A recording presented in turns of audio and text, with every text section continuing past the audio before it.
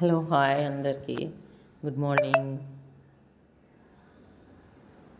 చూడండి అవి ఎంత బాగా ఇస్తున్నాయి. ఇప్పుడు మళ్ళీ సమ్మర్ అయిపోయి వర్షాలు పడుతున్నాయి కాబట్టి చాలా మొక్కల వరకు తీసేసాను, ఎండిపోయినాయండి. ఇంకా ఉన్న కొన్ని మొక్కలు అనమాట.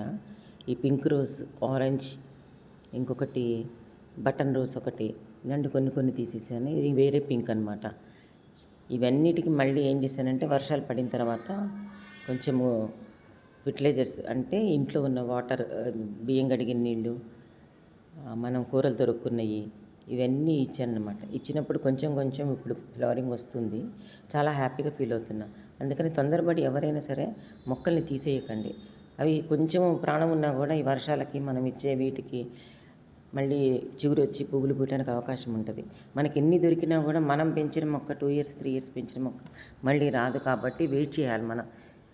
ఈ స్టాండ్స్ కూడా నాకు హైట్ కరెక్ట్గా సరిపోయినాయండి. ఫస్ట్ కొంచెం తక్కువ హైట్ చేద్దాం అనుకున్నా, కానీ మనకి వాటర్ పెట్టాలన్నా ఏదైనా సరే ముందు ముందు ఇబ్బంది అవుతుంది మళ్ళీ అని చెప్పని కరెక్ట్గా 1 ఫీట్ పైన అనమాట 18 ఇంచెస్ పెట్టించుకున్నాను.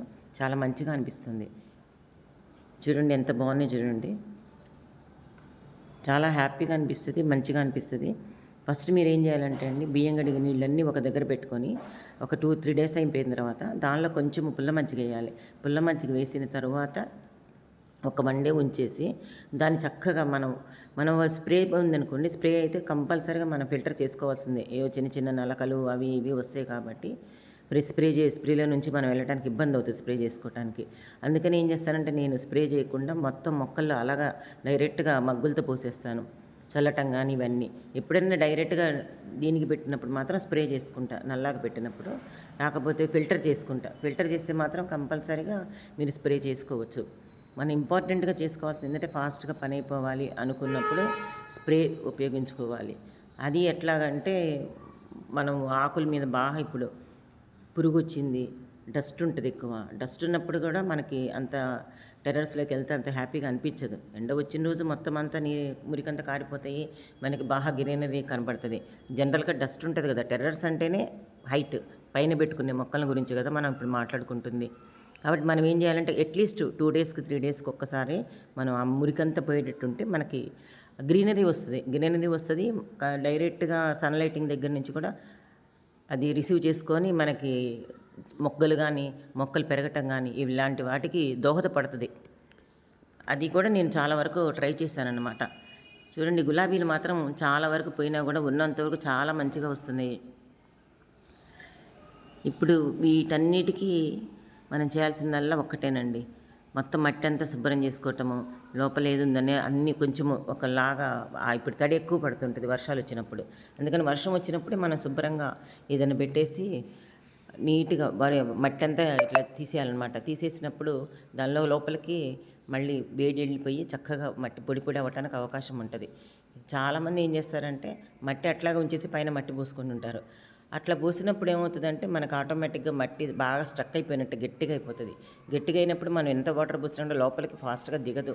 మనం ఏమైనా ఈ ఫెర్టిలైజర్స్ కానీ ఇవి కానీ ఈ వాటర్ కడిగిన నీళ్ళు కానీ ఇవన్నీ పోసినా కూడా, బియ్యం కడిగిన నీళ్ళు ఇలాంటివి పోసినా కూడా పైన లేయర్ లాగా తెట్టకడుతుంది. తెట్టకట్టినప్పుడు ఏమవుతుందంటే అది అంతవరకు స్ట్రక్ అయిపోతుంది అనమాట.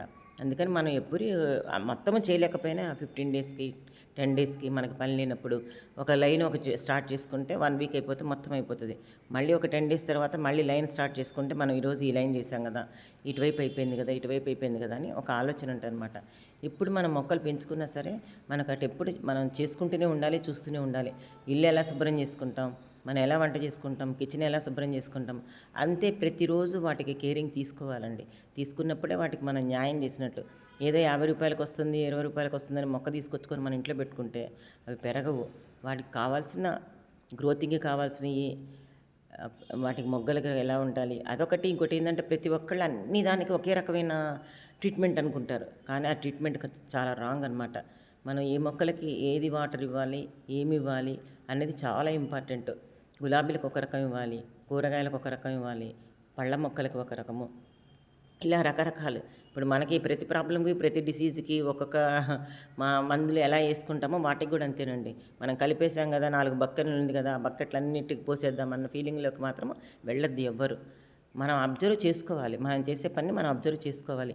ఈ విధంగా మొక్కల్ని పెంచుకుంటూ పోతే టెర్రస్‌లో చాలా బావుంటదండి. లైక్ చేయండి.